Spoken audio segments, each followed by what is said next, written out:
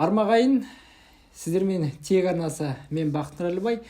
Ұзақ үзілістен кейін оралып отырмыз. Бүгін біздің қонағымыз Ермек Нарымбай ағамыз. Аға, қош келдіңіз. Сұхбатқа келіскеніңізге рахмет. Бірден бастайтын мәселен, сізді осы жақында босап шықты деп біраз жар салды. Жалпы сіз бостандықты сезіндіңіз бе? Сіз үшін бостандық деген не? Ол бос жүру ме, әлде басқа түсінік пе? Қалай ұғынасыз бостандықты? Көп адамдар далада жүреді ғой, жұмысқа барады, пенсияда отырады, демалады, дачаға барады.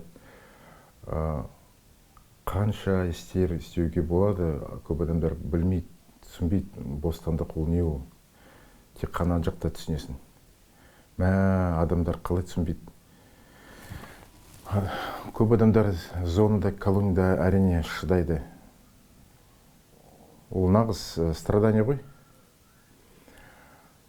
Әрине қазір мен қазір бақыттымын. Бірақ мен даже колонияда бақытты болдым. Мен көп адамдарға колонияда ішінде көмектестім. Мен колонияда профсоюз сияқты болдым. Зектердің құқықтары қорғадым. Таракан туралы ма, столовый ма, ет па, туалет па, душевай ма, баня ма, көп нәрсе анжақта 19 ғасыр әлі. Ол жерде режимге қарсылық таныттыңыз ғой? Жоқ, мен режимге қарсы болған жоқпын. Жоқ, режим болған біздің саяси жалпы режимнің. Мынау режимға? Иә, әрине, мен нағыз оппозиционер. Әрине, маған мынау тоталитаризм, антидемократия ұнамайды, беспредел ұнамайды. Жақында мейлі, допустим, мен 20 жаста далада адамдар түбілсе, мен әрине балконға шығамын, айғайлаймын, сосын далаға шығамын. Адамдармен сөйлесем, разниму, айтам, не істеу керек и так далее. Әрине, жақында беспредел менімен болмайды. Мен әрине үндемеймін. Сондықтан егер мен администрация президенті жұмыс едім, Совет безопасности. Сол уақытта мен ғылым сотрудник болдым. Қазақстандық институт стратегия туралы, стратегических исследований. Сол уақытта бір история болды. Шекара туралы, Өзбекстанмен шекарада. 2-3 ауыл кетіп қалды ғой, Өзбекстанға, Сарыағаш ауданында. Еще Хрущев уақытта, Кунаев уақытта Бостандық ауданы кетіп қалды. Кунаев уақытта тағы да 6 ауданы кетіп қалды. Жарты қайтарды. Брежнев уже уақытта көп жер кетіп қалды. Еще Ленин уақытта, Сталин уақытта. Көп адамдар даже естімейді, білмейді, қандай біздерге карта болды, этнокарта. 60% Өзбекстанның жері, ол қазақтың ауылдары. Сол жерде үлкен хребет бар, таудың, Қазақ тау дейді. Үшкүдік бар ғой, өлең. Ол біздің қазақтың ауылдары. Сол жерде добыча золота, алтын бар. Содан кейін әрине ан жақта адамдар жіберді, өзбектер, орыстар, специалистер. Қазақтар сол жерде көп емес, Фергана қарағанда. Вот мен, одним словом, администрация президенті жұмыс едім. Сол жерде менде скандал болды. Мен қарсы шықтым. Мен ойладым, ол дұрыс емес. Сарыағаштан адамдар келді. Ерлан Карин как раз маған звондады да айтты. Ермек, сен мынау шекара туралы сен көп материалдар білесің ғой. Не істеу керек, сен оларға көмектесші, айтшы. Мен оларға көмектестім. Олар пресс-конференция өткізді. Содан пресс-конференциядан кейін как раз мен жұмыстан кеттім. Алтынбек Сәрсенбаев менің бастық болды, ол астанада. Ол қазір қалай айтылады, уже ұмытып қалдым. Маулен Ашимбаев кесеннің бастығы болды. Алтынбек Сәрсенбаев Мауленға звондапты. Маулен мені шақырды, айтты: ол дұрыс емес, давай сен қызметтен кет. Мен кеттім. Сосын оппозицияға бардым. 5 вустар көтердім. Как раз шекара туралы. ЖНП, Политех, Казгу, аграрный, консерватория. Ең мықты қыздар, жігіттер консерваторияда болды. Расты Сүлейменов, басқалар үлкен, қазір олар үлкен артистер. Бірақ сол уақытта студенттер 5-4 курс. Қазір сол уақытта проректор болды. Қазір министр болды, кетіп қалды. Айелі. Ол как раз... Иә. Ол как раз митингке келді. Біз митинг өткіздік.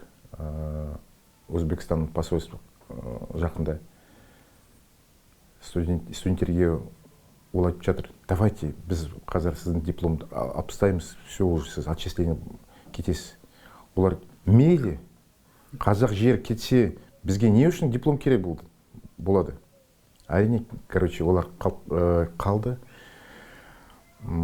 Проректор маған айтып жатыр: сіз не үшін балаларды жіберіп жатсыз? Жоқ, мен балаларды подтанки не бросаю, мен жақындамын.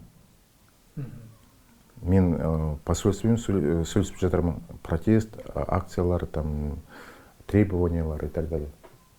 Сосын мында мит кетіп қалды. Сол уақытта Ерлан Идрисов болды. Ал мен Ерлан Идрисовқа бардым, көрсеттім барлық біздің дәлелдер, қай жылда қандай перепись болды. Біз өзіміз сол шекараның ауылдарға бардым, неофициальный перепись өткіздім. Багажники проехали через границу, как положено. Сол жерде айттым: давайте, жігіттер, ауылда да қанша адамдар бар, қанша еркектер, қанша балалар, қанша әйелдер, барлығы паспорттар жинаңдаршы, дұрыстап жазып аламыз.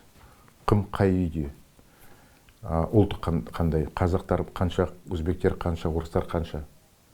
Вот біз санадық. Сосын мен Ерлан Идрисовке бере салдым, барлық дәлдер, карта бере салдым, этнокартограмма, секретный этнокартограф таптым 55 жылы. Сол уақытта Институт этнографии, этнологии имени Миклуха Маклая Мәскеуде мықты перепись өткізді.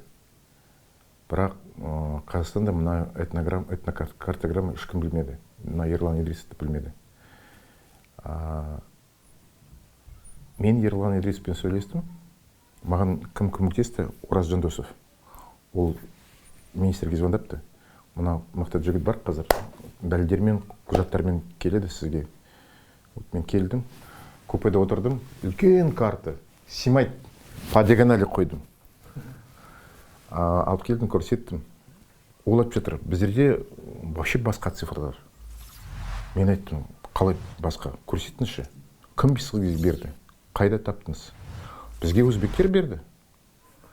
Мен айттым: ақымақ па, ақымақ емес пе? Қалай ол переговорға шығады? Қалай ол басқа жаққа сенеді? Неге барлаушы қайда? Біздің зерттеулер қайда? Тәуелсіз неге сараптама жүргізбейді дейсіз? Вообще чиновниктер өзі түсінбейді, қалай жұмыс істеу керек. Мен, көп дәлдер бердім. Ол приказ берді: давайте срочно көшірмелер істеңдер ксерокспен. Еще мен кетіп қалдым, вокзалға уже маған келді министрдің көмекшісі: аға, біз көшірмелер, ұмытып кеттік. Давайте қазір срочно. Біздерде мынандай құжаттар жоқ. Алайық, без проблем, давай. Бере салдым. Вот олар вот так жұмыс істейді. Вот мен 5 вуздар көтердім, студенттер мені қолдапты. Мен ар вузда лекция оқыдым, шекара туралы. Вот на серьезном уровне, как будто олар ғылымдар, чиновниктер сияқты. Мен ойламадым, там, балалар, студенттер. Мен ойладым, сіз серьезный адамдар, мен сізге серьезно айтам. Дұрыстап, құжаттар қандай сұрақтар бар, мен сізге жауап берем. Керек болса 2 сағат сөйлесеміз, керек болса 5 сағат сөйлесеміз. Ешкімге алдамадым. Вот министрмен сияқты мен студенттермен сөйлестім. Вот былай мен оппозицияға келдім. Ол 2000 жылдардың басы. 1,5-2 жыл мен мына кеседе жұмыс едім. Сол институтта мен Өзбекстан туралы зерттедім. Қытай, Ресей, сепаратизм. Сол уақытта Путин келді, 2000 жылда. И мен Путинге қарсы көп нәрсе ақылды жаздым Назарбаевқа. Бірінші мен бастық болды Маулен, ал содан кейін Марат Тажин. Марат Тажин кетіп қалды, по-моему, посольствода, Мәскеуге кетіп қалды. Содан кейін Алтынбек Сәрсенбаев келді. Енді өзіңіз ішінен көрдіңіз ғой, сол кездегі Ақорданың жұмысын ішінен көрдіңіз. Білген соң сізде мысалы қарсы бір протесттік ой пайда болды. Нақты оған шейінде қандай бір бассыздықтар болып жүрді? Сіз қарсы келіп жүрген, жер енді соңғы шегі болды ғой. Оған шейін қандай тақты бір былықтар болды, мысалы Ақорданың ішінде, өз ішінде сіздерден жасырғысы келген, білдіргісі келмеген, белгілі бір кішкентай ғана кругтың ішінде кісілерге ғана айтылған көп нәрселер болды ма? Мысалы сіздер кейін біліп ақырып қалып жатқан. Көбі нәрсе мен білмедім, әрине. Мен өз қалай біз жұмыс істейміз? Біздің кеседе сол уақытта 18 адам болды. Өзбекстанда сол институтта, мынадай институт сияқты 200 адам істейді. 200 адам. 10 есе көп. Біздерде 18. Ал Ресейде мынандай институттар көп. Ан жақта 2000 адам жұмыс істейді, зерттеулер. Әрине біздерде күш жоқ, бірақ поговорка бар ғой, против бочки меда можно придумать ложку дегтя.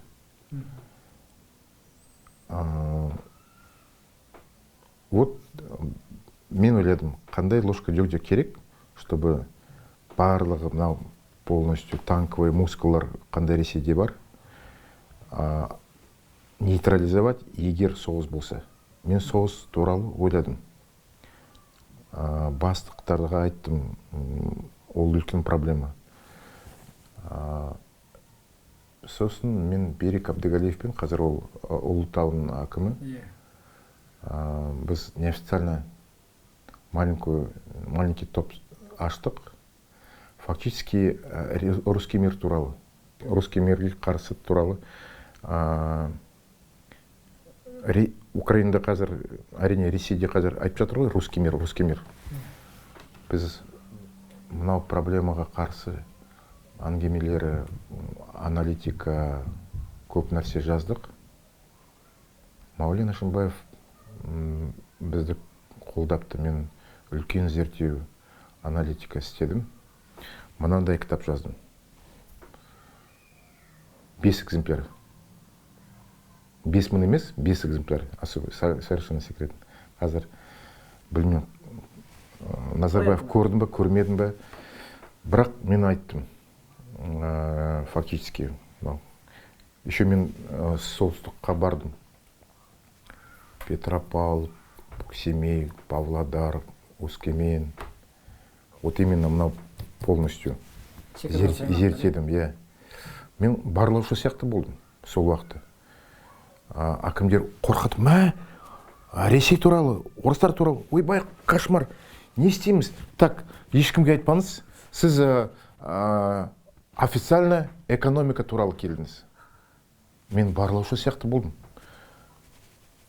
Қазақстанда мынандай проблема, ашық проблема туралы айтуға болмайды. Ладно, мейлі, мен барлаушы сияқты боламыз.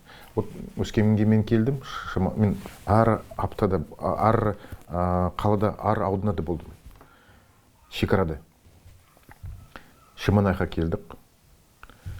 Шаманайқыда әкімнің орынбасары орыс, қазақша түсінбейді. Ресей қолдайды, Путинді қолдайды. Вот, маған хабар керек, маған нақты цифрлар керек. Қалай іздеймін, кіммен сөйлесем. Сол жерде КНБ офицер болды. Начальник районного отделения сияқты. Бірақ сол отделениеде жалғыз бір офицер. Номинально что отделение. Я куратор сияқты. Вот, мына офицермен қалай мен кездестім. На конспиративной квартире. Мен айттым, кездесеміз мечетте. Мечет, мынау орыс әйелі, орыс әкімнің орынбасары, мечетке кірмеді. И вот біз жалғыз, мен, мұлла и мына офицер. Үшеуміз сөйлестік. Уже свободно, ол жақында ешқандай слежка жоқ. Сөйлестік. Ол маған айтты. Вот мынау адынада 28 ауыл. Үлкен ауылдар. 75 мың орыстар, қазақтар 5 мың. Мынау 28 ауылдарды көбі Путинді қолдайды. Маған агентура іздеуге мұнда өте қиын. Қазақтар аз. Шекара, сол жақта орыстар, қалай мен жұмыс істеймін? Вот Қытай шекарада қиын емес. Катон Қарағайда қазақтар 90%, 100%. Шекара, сол жақта тек қана қазақтар. Алтайда, Илида, басқа жерде, бәрі жерде қазақтар. Мынады жерде қазақтар. Совет уақытта Ар ауданында отделение болды. КГБ-ның отделение. КНБ отделениеде 11 адам жұмыс істеді. 10 офицерлер. Тағы да 11 адам болды. Ол зам по разведке. Ар ауданында. Әрине, егер бұнда қазақтар, анжақта қазақтар, барлаушыларға жұмысуге қиын емес, шын айтса. Агентура бар, постоянно. Анжақта, совет уақыты. А мынау шекарада 11 адам емес, жалғыз бір адам жұмыс істейді. И ситуация өте қиын мынау жақтамен қарағанда. Получается, егер қазақтар, орыстар, мұнда бір адам емес, 20 офицерлер жұмыс істеу керек. 20 офицер керек. Сосын мына офицер маған айтып жатыр. Ол 2001 жыл болды. Ол маған жатыр, қиын. Ар айда, ар аптада барлаушылар келеді бізге. Казактар, диверсанты, схроны келеді. Схроны ол тайники, оружие, қару-жарақ, блиндаж туралы. Сол жерде таудар, сол жерде бур. Чечня сияқты. Плюс еще мұнда Иртыш. Иртыш, мынау жақта қазақтар, Улан ауданы сияқты, басқа аудандар сияқты. А сол жақта Қазақстан, бірақ орыстың ауданарлы. Шаманайха сияқты, басқа. Қиын. Егер 2 мост, 3 мост алып тастаса, уже ол ДНР сияқты болады. Интеграция жоқ. Интеграция жоқ. Экономический сепаратизм, этнический сепаратизм. И КНБ мынауға проблемаға дұрыстап қарамайды. Мынау жалғыз офицер не істейді? Ол маған айтып жатыр. Сіз сол жерде жұмыс істейсіз ғой. Президентпен жақында. Неге президентке айтпайсыз? Вот не деймін. Даже вот кездесуге маған нужна была конспиративная встреча. Как будто мені Шиманаха емес, Қазақстанға емес, мен Омскқа келдім, Новосибирскқа келдім. Как будто мен резидент казахской разведки ана жаққа келдім. Сосын ол не дейді? Аты айта алмаймын. Ол маған айтып жатыр. Вот мен арыз записка жазалым, аналитика сияқты туралы. Кімге жазамын? Менің бастық орыс. Қазақша түсінбейді, қазақтарға, Қазақстанға қарсы. Подполковник. Өскеменге отырып жатыр. Зам начальника отдела орыс. Қазақстанға қарсы. Сосын мына орыстың бастығы зам начальника департамента КМБ. Ол да орыс, қазақтарға қарсы, қазақша түсінбейді.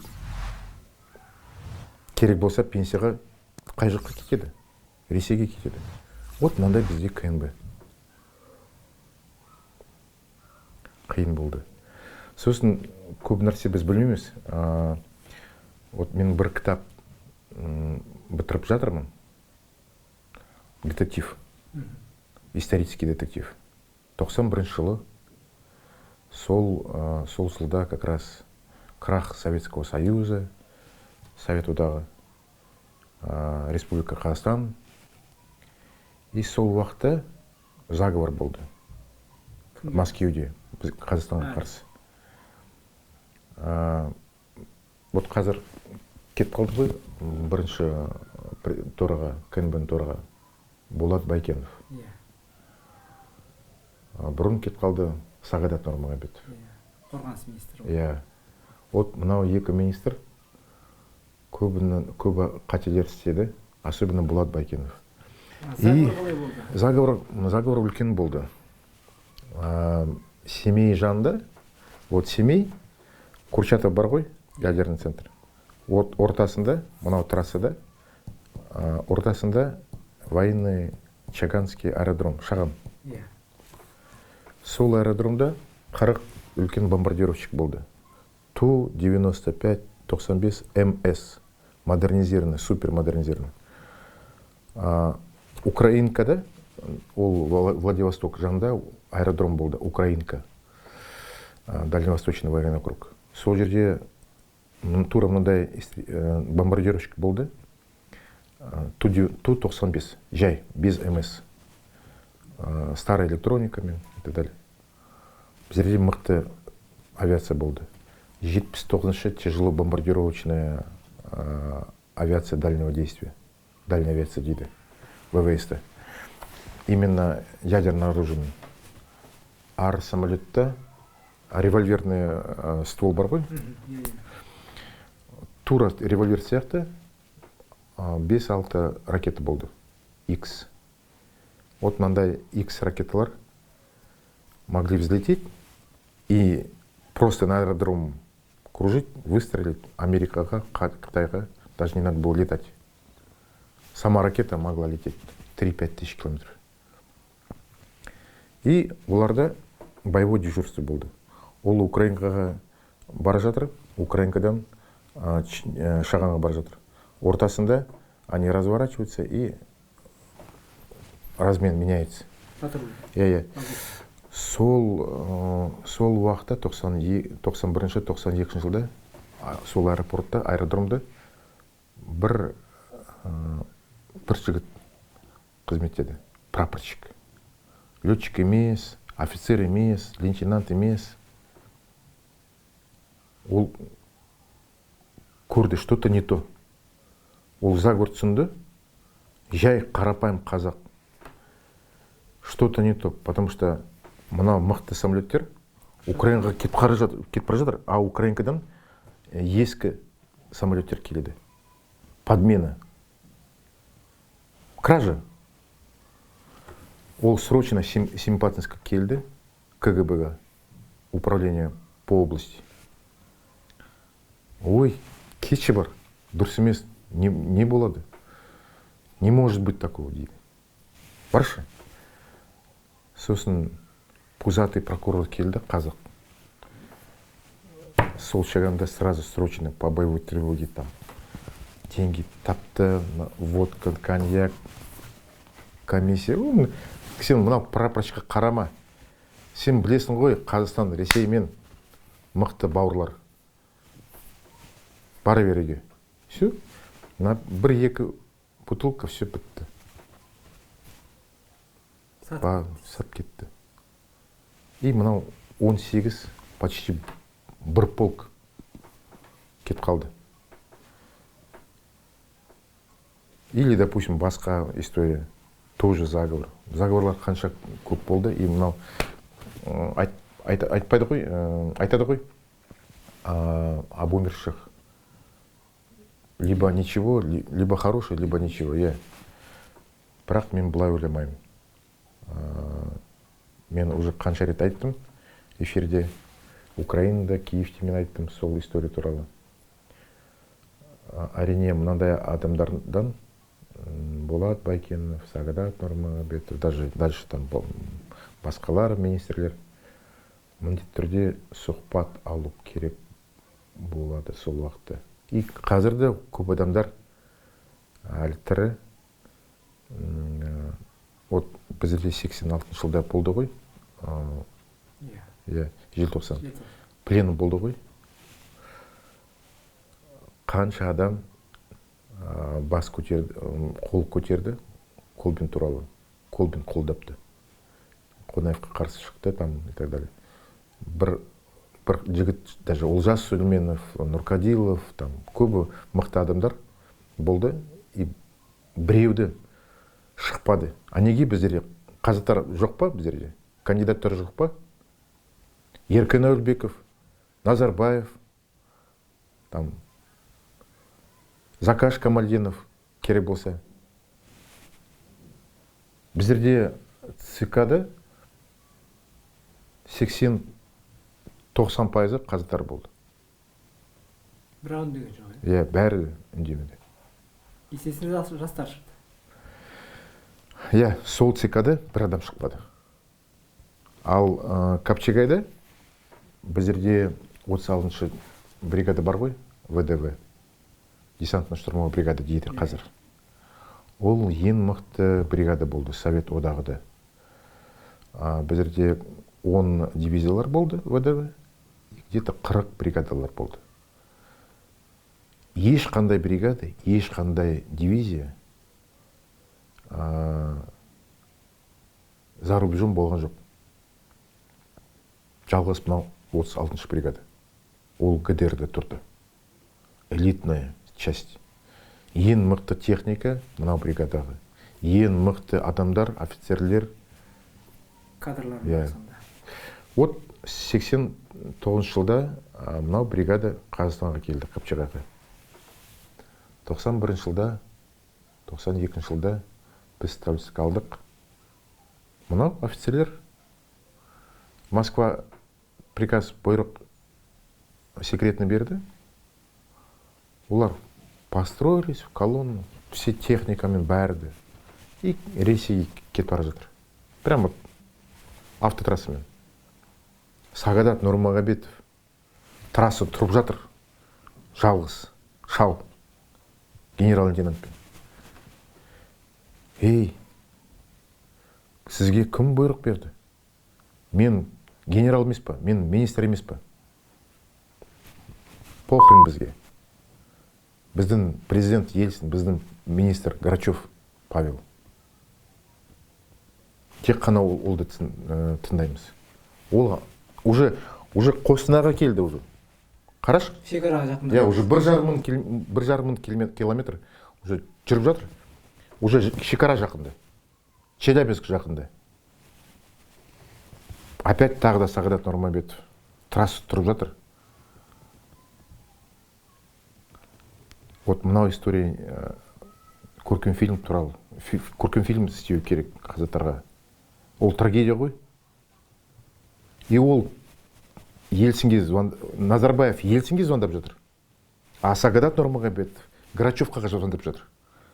И Грачев, мынау командир бригадаға айтып жатыр. Остановиться, развернуться, вернуться. Сонда бізде сенген жалғыз әскеріміздің өзі сондай істеп тұр. Вот мынандай әскер. Болат Байкенов ешқандай замена кадров военной контрразведкада істемеді. Ол вообще білмеді, что вот КНБ, ну КГБ, ол не ол?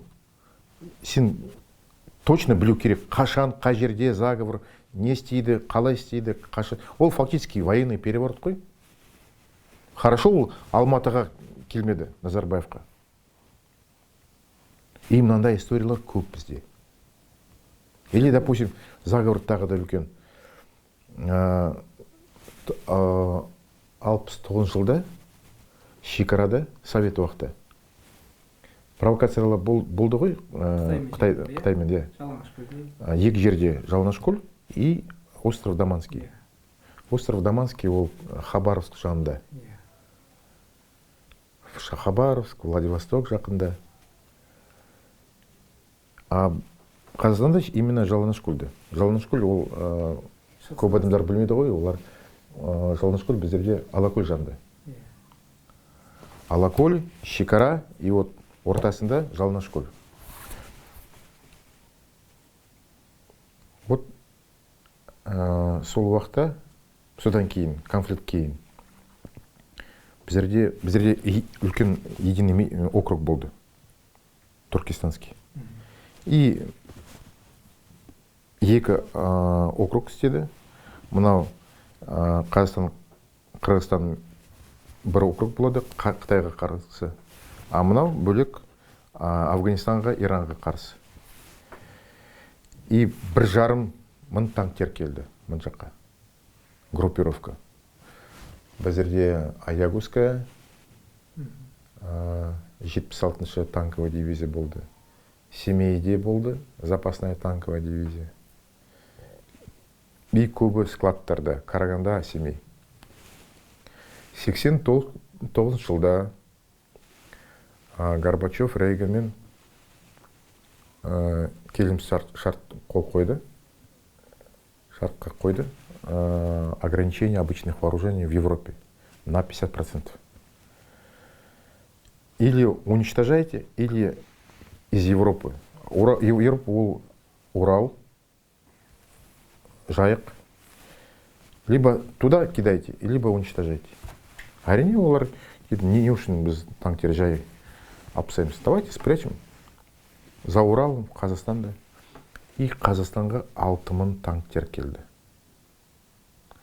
6000 танктер ол, давай, 6000 Америкада жоқ. 6000 танктер ешқандай Европада, Германияда, Францияда жоқ. Қытайда полностью, барлығы полностью елде 9000 танктер.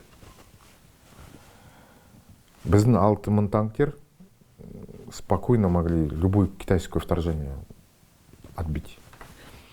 Ресейде 11000 танк. Ол шын айтса, ол второе ядерное оружие болды біздерде.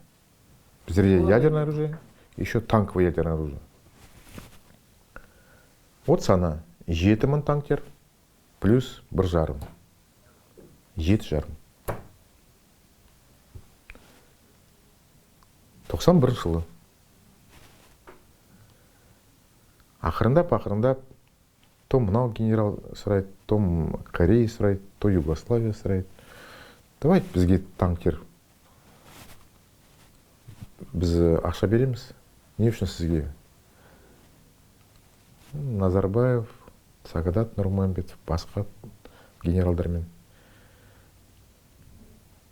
Действительно, бізге не үшін керек? Давайте лучше қалтаға саламыз, или там заработаем бюджетке, или так.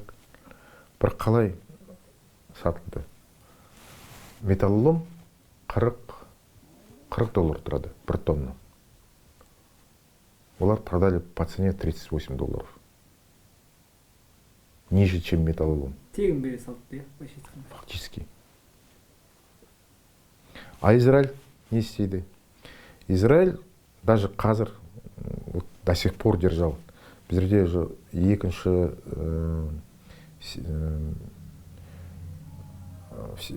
мировая война болды ғой, екінші. Т-34.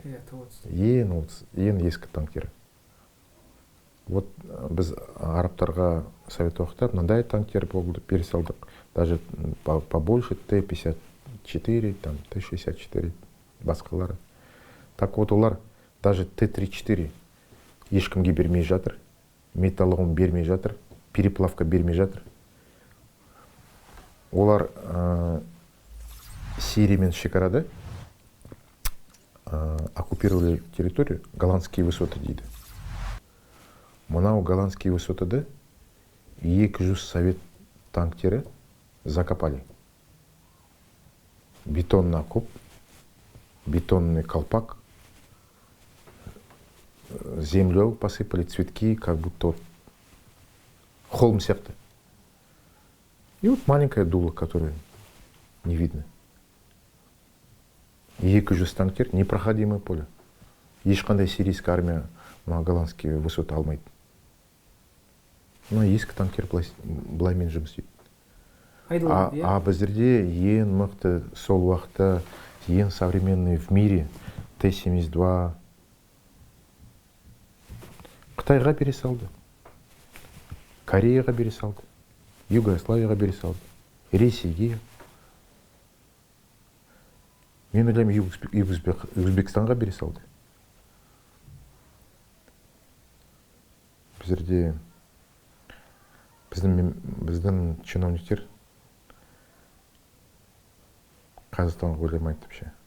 Сол кезде мысалы енді сіз жаңа саясатқа келген кезіңізге тоқталсақ, сол 2000-да мынау қазіргі нақты шынайы мынау оппозицияға келген кезіңізден енді ширек ғасырға жуықтады ғой, 25 жылға жақындап. Сол кездегі билікті өзінің айтқанына көнетіндей қылып мәжбүрлеген, сол кезде жаңағы өзі партия құрып қозғалыс жасаған оппозицияда болған кісілерге деген көзқарасыңыз өзгерді ме қазір? Оларға мысалы Жақиянов болсын, Әблязов болсын, сол кезде болған азаматтарға деген көзқарасыңыз қандай, қазір өзгерді ме сол кездегімен салыстырғанда? Қазір мен политик емеспін. Білу керек, менде қазір сот ограничение бар ғой. Сондықтан мен сізге қазір бүгін сұхбат беріп жатырмын. Саясаткер емес, сізге беріп жатыр сұхбат политолог, заңгер.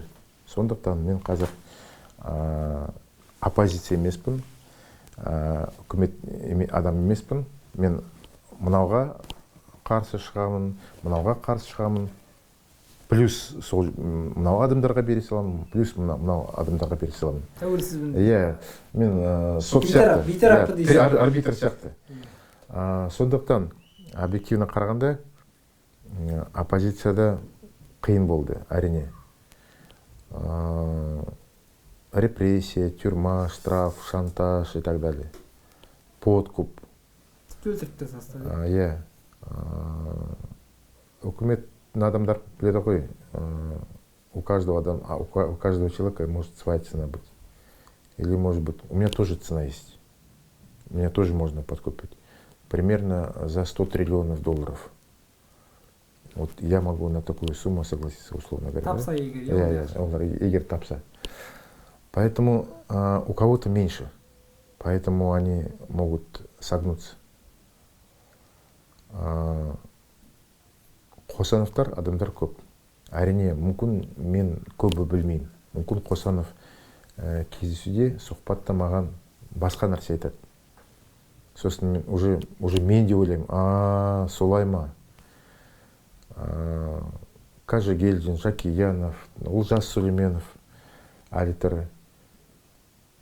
міндетті түрде Олжас Сүлейменовпен, басқа адамдармен, Назарбаевпен егер уақыт рұқсат болса, әрине журналистерге, блогерлерге, даже жақын достарға, Ертісбаевқа, Назарбаевқа, вообще мына адамдарға сұхбат беру міндетті түрде керек.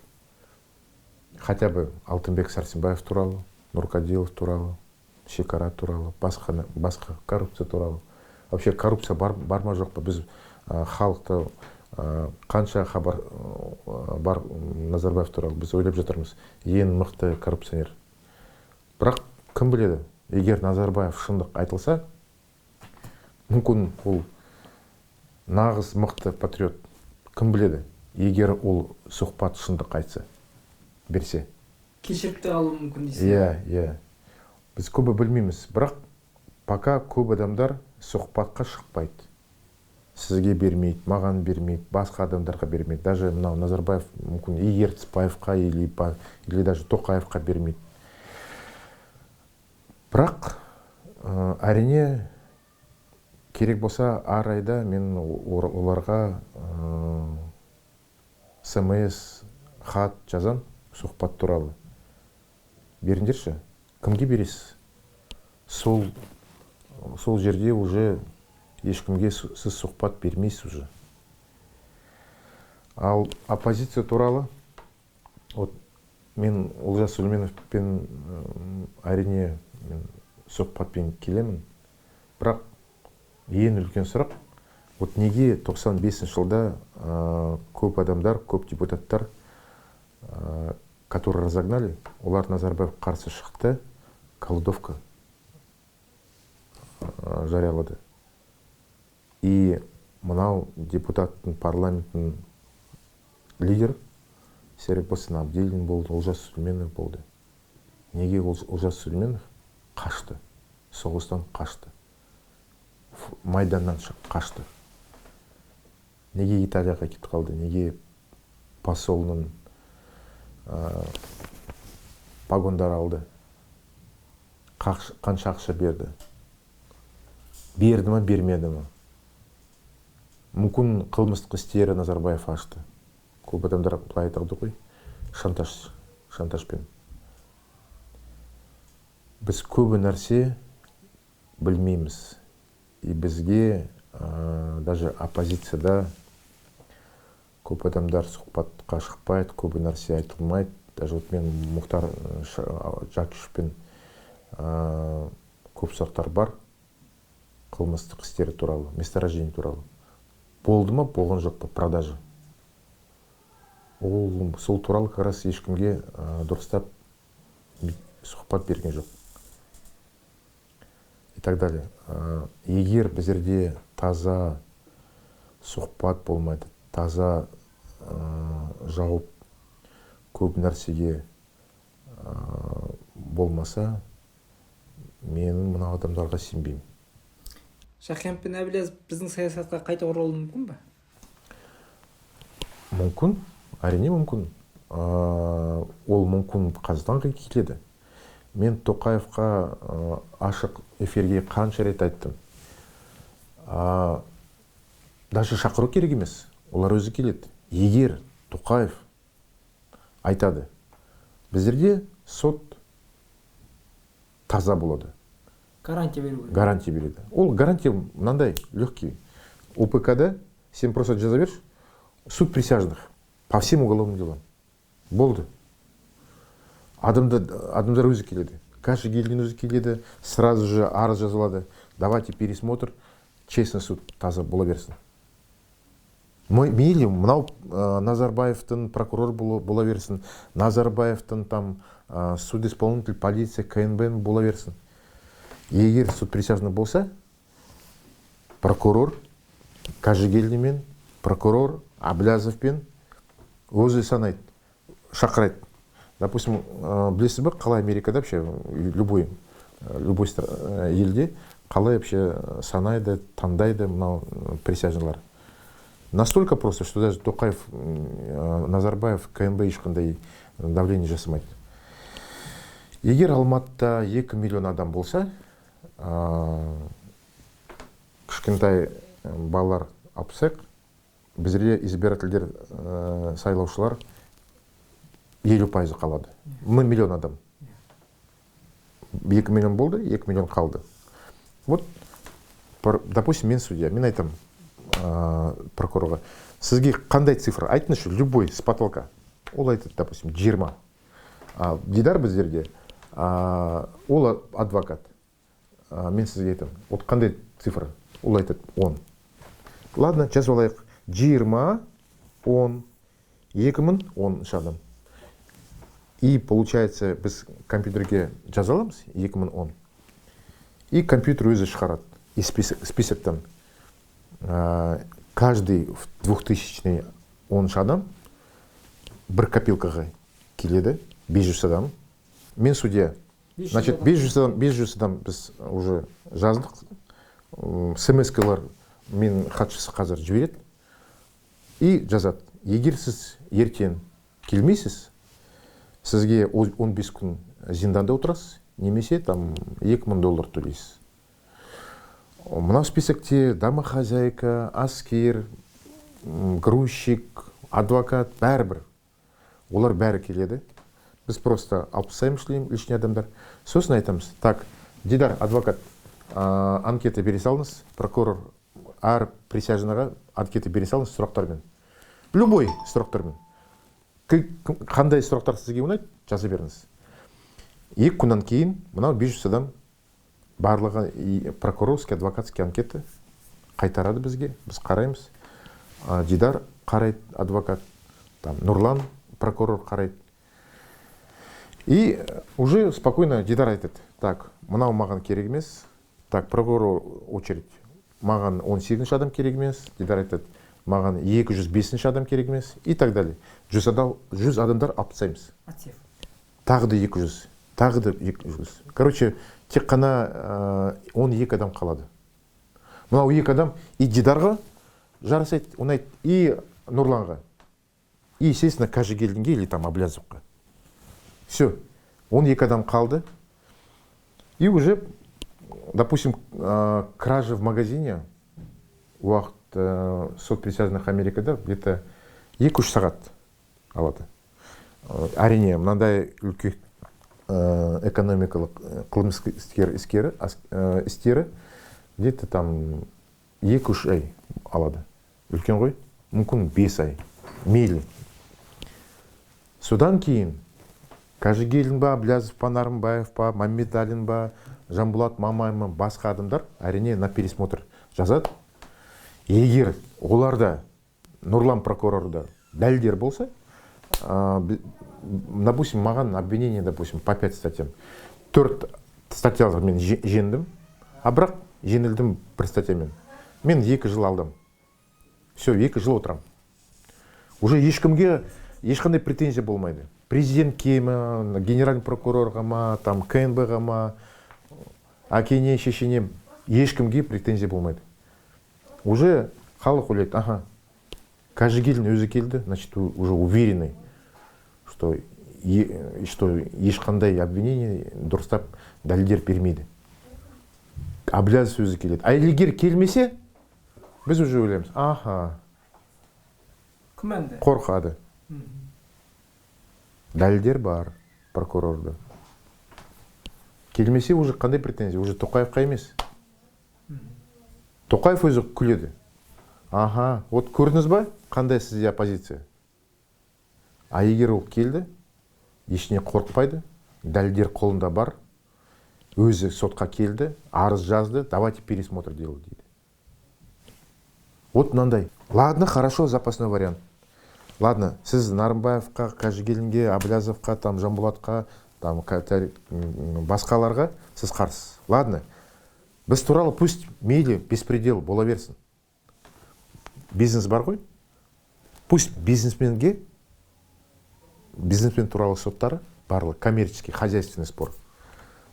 Мынандай сот присяжных, стокгольмский арбитраж бола берсін. Ол көп адамдар зинданда отырады, просто потому что олар там мынау чиновникқа ұнамайды, мынау бизнесменге ұнамайды, мынау олигархқа ұнамайды, Назарбаевқа ұнамайды, Тоқаевқа ұнамайды, Тоқаев министрге ұнамайды. И они сажают направо-налево. Просто звондайды, мынау адамға 3 жыл беріңдер. По-любому. Заказ. Біз білеміз уже любая әр үйде, әр подъезде адамдар біледі. Біздерде сот ең жаман, ең беспредельный. шал кет деп алғашқы ұранды сіз ғой, енді көпсіз автор сіз деп айтады. Енді осы қаңтар оқиғасынан кейін осы ұраныңыз актуальностін жоғалтты ма? Қалай болды? Ну, шал кетті ол, біз, во-первых, кетпеді ол. Әлі кеткен жоқ ойлайсыз ба? Әлі кеткен жоқ. Неге? Или Тоқаевта күш жоқ, Ерланда күш жоқ, Ерлан Каримда, басқа министрлерде. Кулебаев, от қаңтар қалай басталды? Кулебаев бағасы көтерді. Ең үлкен преступник ол Кулебаев Тимур. Кулебаевты неге шақырмайды полицияға или генеральный прокуратураға? Неге Кулебаевты қорқады?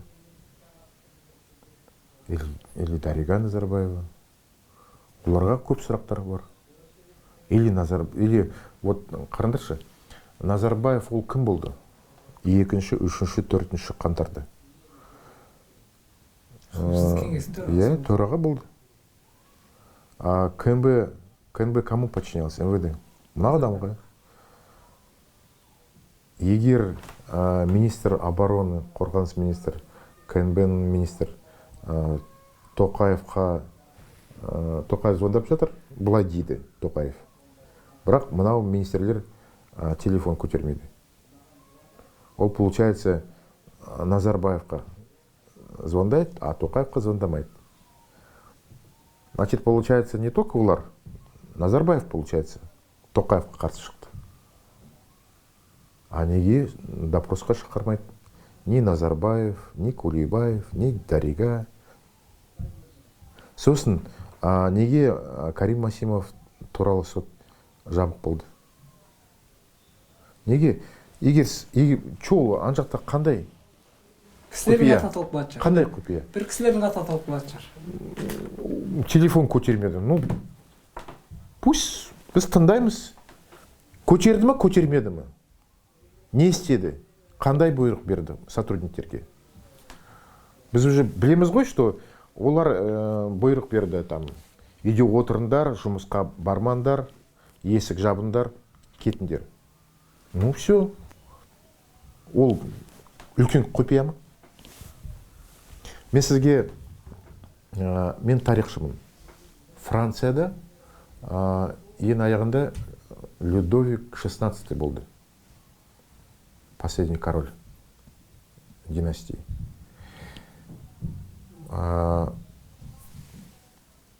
Қалай басталды царствование? Бір скандал болды. Бір мошенница ожерелье украла. И көбі нәрсе, слухтар болды, жаман хабар келді, там элитада, елде, халықта королева туралы. Король былай істеді. Так, егер былай болса, тогда біздерге сот ашық болды. И мошенницу наказали, казнили, көп нәрсе дәлелдер көрсетті, қалай шындықта болды. И уже ешқандай слух болған жоқ. Хотя ол вроде бы кому какое дело, там личные апартаменты, спальня, да, ожерелье қай жерде болды и так далее. Ол личное дело ғой. Не мемлекет, не общественное. Бірақ ол айтты. Лучше ашық сот. Барлығы слухтар апсаймыз. А тут 200-300 адам өліп қалды. Извините меня, ол халықтың істері. Халыққа көрсетіңізші. Или мынау Қайрат болды, или там Боранбай, басқалары. Егер олар ақша ұрлады, халыққа неге қызық емес? Или олар қызметкерлер емес, мемлекет қызметкерлер емес, жай бизнесмендер. Неге сот ашық болған жоқ?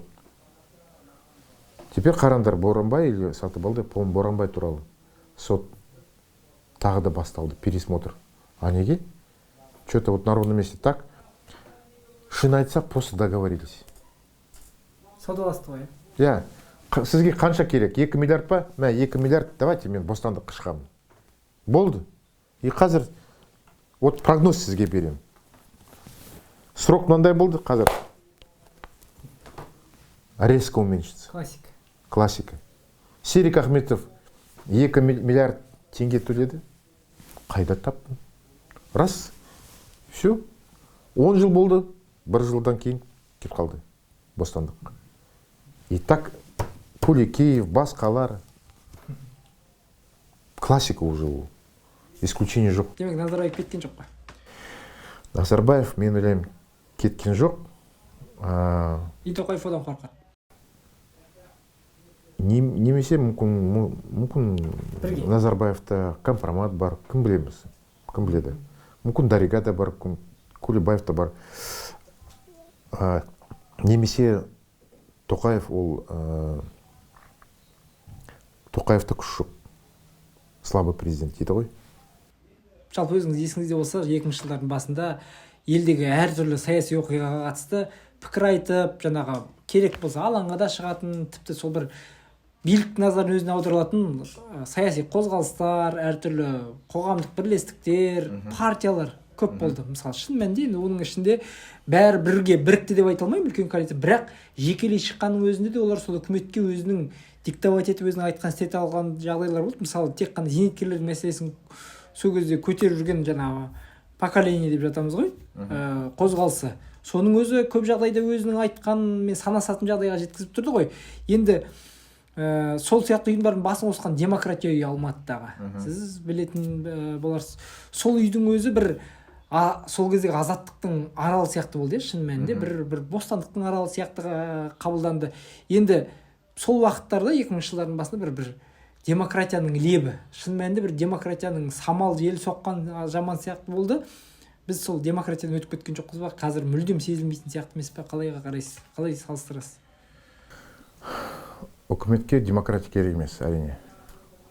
Оларға ешқандай сайлау керек емес. Ешқандай олар конституцияға керек емес. Заңды керек емес. Просто телефон звондайды. Так, маған 2 миллиард керек, там мынауға, так, маған мынау адамды 10 жылға жіберіңізші зонаға. Болды, ешқандай конституция, заң, ешқандай керек емес. Ол просто Европаға или басқаларға видимость көрсету керек. Сайлау болмаса, олар тіпті жақсы болады. Әрине, халыққа демократия керек, халыққа бәрі заңды керек, сот керек, шындық. Бірақ не істейміз, қалай істейміз? Әрине, күресу керек. Оппозицияға маған емес, маған күресу болмайды. Оппозиция күреседі, халық күреседі, қаңтарға шықты далада. Причем Алматыда емес, тек қана көбі қалаларда, көбі облыстарда шықты ғой. Үкімет ешқандай өзі демократияға бармайды. Тек қана под давлением. Тек қана под влиянием тех или иных обстоятельств. Внешних, но больше внутренних. Сабақ алған жоқ қой қаңтарда? Сабақ алған жоқ. Олар тек қана бір сабақ алды. Так, спецназға, допустим, мен кеше естідім. Жай солдат, ОМОНда, спецназда. Жай рядовой, 350 мың теңге зарплата, плюс 350 мың теңге жилищный. 700 мың зарплата. И то сарбаз қызметке кетті. Я, говорит, на работу пришел, чтобы захватывать террористов, вооруженных людей. Бірақ неге митингке жібереді мені? Я не хочу против бабушек воевать, дейді. Қызметтен кетті. Ондайлар аз ғой бірақ. И пошел работать строителем. Қазір ремонтирует квартиры. Бірақ ондай жігіттер аз ғой. Аз. Бірақ бар. Мынандай моральмен, жүрегімен. И получается, Тоқаев үкімет мынандай сабақ алды, что демократия керек емес, сот шындық бізге керек емес.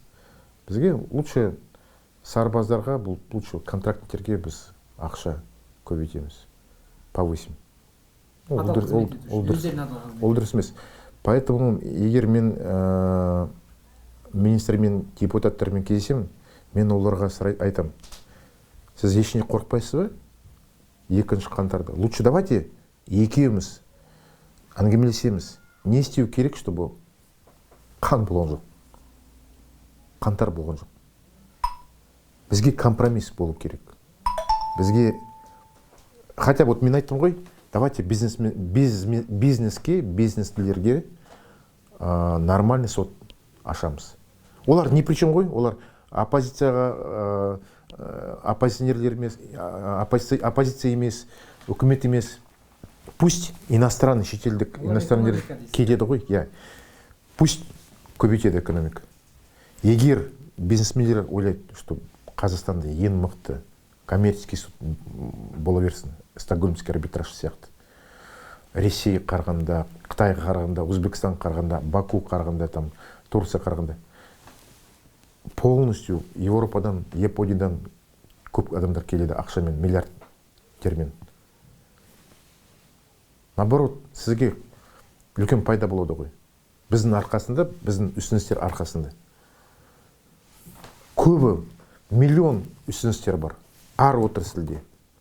Мен Тоқаев болса, я бы сделал бы так. Так, былай істейік. Біздер ең депрессивный қалалар қайды, там, Жанатас, допустим. Жанатас или Жанаузен. Так, мына екі қала тап-таза сайлап бола берсін. Пусть оппозиция келеді, оларда көбі проблемалар бар. Пусть, короче, шешпейді. Обанкротится. 2 жылдан кейін уже халық өзі айтады. Мына оппозиция келді, вроде демократия. Вообще, на Тоқаевқа қарсы ешқандай претензия бермейміз. Наоборот, мына балтуны, банкроты, көп нәрсе айтады, бірақ ешіне шеше алмайды. Наоборот, біз Тоқаевқа келісер еді, барлық дауыстар біз Тоқаевқа бере саламыз. Вот шын айтса, вот такой ход можно болды. Но бірақ оларда даже шахмат олар по-моему ойламайды, түсінбейді вообще. Бір кездері қателеспесем партия құрам дедіңіз. Енді дәл қазір уақытша болмайды. Шектеу бар, ал одан кейін ойыңызда қайтқан жоқсыз ба? Әрине болады. Жақтастарыңыз бар ма? Қолдап отқан кісілер? Әрине бар, көп адамдар. Әр күнде, әр қалада, Алматыда, Астанада халық қолдайды. Бірақ мен айтамын, уақытша. Қанша уақыт күту керек? Қанша қалды? Ну, Тоқаев керек болса, ол тағы да ограничение қояды, допустим, еще 10 жылға. Или наоборот, ай, Ереке, давай, нормально, ринкқа шығамыз, ешқандай там сіздерде ограничение болмайды. А біздер қазір, знаешь, біз ринкқа шықтық, допустим, Тоқаевты полностью нормально, бәрі. А менде аяғы байлау. И, короче, қолдар полностью. И керек болса, тек қана плечімен төбелесесің. Керек болса, басымен төбелесесің. Вот мықты, таза поединок. Вот бізде по-казахски. Енді өзіңіз осы Қазақстанға келердің алдында Украинада болдыңыз. 6 жыл. Қателеспесем. Енді қазіргі ахуал қалай ол жақта? Сөйлесіп тұрасыз ба? Әрине, байланыс бар. Сол жерде соғысты. Мен ойламадым, что соғыс болмайды. Ан жақта менің әйел қалды, Мөлдір, өзі нақыштан қазақ мықты қыз, Алманың елі. Мен ойладым, қазір Қазақстанға, Алматыға келемін. Керек болса төбелесем, керек болса шыдаймын, керек болса зинданда отырамын, мейлі там ограничение бола берсін. Мен Европадан келдім. Ан жақта менде полностью бостандық болды ғой. Почет, уважение. Мен Верховной Радада комитет по судебной реформе көмектестім. Суд присяжных проталкивал. 200 сұхбат бердім. Үлкен каналдарға. Вот хабар сияқты. 200 интервью бердім. Не үшін мен жаққа келдім? Мен келдім бір мақсатпен. Ойладым, егер көп адамдар өліп қалды, көп адамдар қазір зинданда, колонияларда, под пытками. Бір адам, может быть, может остановить. Мүмкін менде шанс бар. Ол аяғында біз бәріміз түсіндік, что қате болды. Олар благородство түсінбейді. Ашық әңгіме түсінбейді, диалог түсінбейді. Диалог туралы көп нәрсе айтады, бірақ диалогқа шықпайды. Монолог. И мен соғыс туралы ойлаған жоқпын. Великобритания 2000 гранатометтер берді ғой Украинаға. Мен ойладым, соғыс болмайды. Путинға керек емес. Егер Путин соғыспен келсе, ол үлкен қате болады. Ол жеңіледі. И әйел Киевте қалып қойды. Мен зинданда, содан кейін естідім, что под бомбежкой магазин закрытый, хлеб алмайды, автобустар жүрмейді, метро жүрмейді, бомбежка, смерть, изнасилование, там, соғыс, нағыз соғыс. Мен ойладым, елки-палки, қандай мен ақымақпын, не істедім? Неге мен Германияға, Францияға, там, или басқа жерге әйел жібермедім? Бірақ мен ойладым, все равно мен Қазақстанға келемін. Зинданға или переговорға келу керек. Ертісбаевқа айтып келеді, рахмет. Ол маған айтты, келме. Саған железобетонно 100% арест күтіп жатыр. Мен айттым, все равно келемін. Вдруг бір айдан кейін Тоқаев ойлайды, давайте сөйлесейік. Өзі келді ғой, парламентер ақ тумен келді ғой. Хотя бы тыңдаймыз вообще, қандай выход, қандай компромисс бар. Не керек оппозицияға, не халыққа керек. Не істеу керек, чтобы екінші қаңтар болмау үшін. Басы бар ғой, мынау жігітте. Давайте просто тыңдайық. Керек болса тағы да 5 жыл береміз. Просто 15 минут күтеміз, тыңдайық. Мен былай ойледім. И ради мынау 15 минут үшін мен бардым, кетіп қалдым. Білмеймін, но бірақ қазір менде шанс бар. Мейлі мен 1,5 жыл отырдым. Мынау полностью куис, полностью қолында ұстадым. Есіңізді жиғызып алдыңыз ба? Иә, мен жеңдім ғой сол жерде. Олар мені қорқады қатты. Мен куис, мына зиндан туралы көп нәрсе жаздым. Бір кітап жаздым. И генеральный прокуратураға бере салдым, и куисқа бере салдым, дуисқа. Бір чиновник маған мықты нәрсе айтты. Ол айтты, көбіністер біз қолдаймыз. Неге? Потому что мынау үстіністер не касается оппозиции үкімет. Сіз мынау үстіністер Тоқаевқа ешқандай угроза. Қоғамға қатысты. Жоқ. Иә, біз наоборот, сіз біздің системаға наоборот, модернизация көмектесесіз бізге. Бірақ Тоқаевқа ешқандай угроза жоқ. Сол үшін спокойно біз мынаумен, там экономика, аскер туралы. Мен көп сіз білесіз ғой, аскер туралы. Мен мүмкін бас эксперт Қазақстанда. Қанша рет мен айтам, уже 20 жыл, 15 жыл смело. Неге солтүстікте ешқандай дивизия, батальондар жоқ? Хотя бы взвод, хотя бы бір солдат.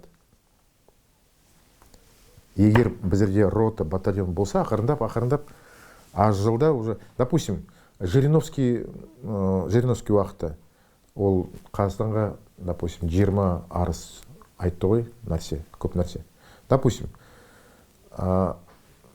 бірінші арызда кейін біз айтамыз, так, батальон Көкшетауға. Екінші арыз айтты Қазақстанға, Уралға батальон. Вот как просто вот ответка сияқты. Даже можно молча там. Ладно, үндемендер. Дипломаттар үндемендер. Бірақ бюджет плюс миллион, плюс 5 миллиона. Батальон. И уже 10 арыздан кейін тек қана Жириновский адамнан. Уже біздерде уже дивизия бар. Просто ақырындап біз үндемейміз. Вообще 0. Құлдар сияқтымыз. Вот и Путинді неге біз қорқамыз? Біздерде теледидар Ресейдегі полностью 100% бар. Газеттер, киоскте тек қана Ресейдегі. Кітап дүкенде тек қана Ресейдің орысша кітаптары. Біз ешқандай өзінің қауіпсіздік қорғамаймыз вообще. Ойламаймыз. Орыс мектептерде балалар қазақша ешқашан сөйлей алмайды әлі. Орыс мектептерде 70% балалар ол біздің қазақтар. біз әлі ойламаймыз, неге біз заң шығармаймыз, что қазақтарға егер саған мемлекет білім, тегін білім керек болса, сен тек қана қазақ мектепке бару керек. Егер сен орыс мектепке жүресің, мейлі төле. Бұлай болу керек. Қалтамен ақшамен есептеу керек. Егер қазақтар орыс мектептерге жол жабық болса, 70% мектептер, орыс мектептер жабады ғой. Балалар болмайды ғой. 30% қалады ғой. 70% сразу алып тастайды. И еще, егер қараңыз, егер біздерде қазақ тілі мемлекет тілі. Ол мемлекет тілі, ол значит получается с льготой, преференции сияқты. Значит, қараңдар, орыс мектеп, қазақ мектеп. Ар балаға, допустим, $500, допустим, төлейміз ар жылда, допустим. А неге разница қандай? Что украинша, что таджикше, біздер таджикше бар ғой, өзбекше бар, уйгурша бар, украинша бар, орысша бар. А неге тура мынандай төлейміз бюджет біздерде? Егер ол мемлекет тілі, егер ол привилегированный, верховный тілі, значит, біздерде бюджет должен быть минимум на 30%. И зарплата. Егер мында зарплата 500 мың теңге, значит, мында 700 мың теңге. Пусть мынау мықты мұғалімдер мұн жаққа... Ең жаман, ең слабы мұғалімдер мұн жаққа қалады. Ең мықты мұнда болады. И білім қандай болады мұнда? Уже ешкім айтпайды уже, что орыс мектепте, қазақ мектепте қарғанда білім өте жоғары. Просто разница. Стиш 20%. Бюджет и зарплата 20%. Все. Или, допустим, орыс мектептерде неге қазақ тіл білмейді? Ан жақта пәндер көп қой. Физкультура, пение, рисование, мынадай сияқты бар ғой. Допустим, директорға айту керек. Бірінші класстар, да? Допустим, 5 А, Б, В, Г, Д. Бірінші класстар. Бір пән тек қана қазақша. Любой. Егер сенде мықты мұғалімдер болса, қазақ тілінен, пусть бір пән қазақша болады. Екінші класста уже 2 пән. Үшінші класста уже 3 пән. Төртінші класста 4 пән. Тогда не то, что уже бірінші класстан бастап, кейін балалар бәрі қазақша сөйлейді. Даже бір пәннен. Сол пәннен жақсы баға алу үшін. Это самый легкий способ. Ешқандай там конкурс туда-сюда, учебник туда-сюда. Мұғалімдер өзі табады. Қандай? Пусть сен бере салшы, 100, 10, 20 учебниктер. Ол өзі санайды, өзі таңдайды. Под себя. Сіздің кеңесіңізді тыңдайтын адам табылсын, сізбен компромиске келетін адам табылсын. Содан кейін сіз ойлаған... Бүгін мен қазір дипломат. Жүгірем кабинетте, мынау кабинетке кірем, мынау кабинетке айтам, оппозициямен сөйлесем, сізге қателер мынандай, оппозицияда, үкіметте қателер мындай, ұсыныстар мынандай, келісейік компромисқа. Сөйлесейік. Ол күрес емес, ол жай дипломатия. Сол дипломатияңызға жетіңіз. Қазақ айтады, жауластырмақ жаушыдан, елдестірмек елшіден дейді. Елшілік қызметіңіз сәттілік болсын енді. Енді алдағы уақытта жақсы жаңалықтарыңызды күтейік. Сіздермен болған енді тек арнасы арнамызға жазылып, осы ақпаратты таратып, пікірлеріңізді айтып отырыңыздар. Келесі жүздескенше. Сау болыңыздар. Рахмет.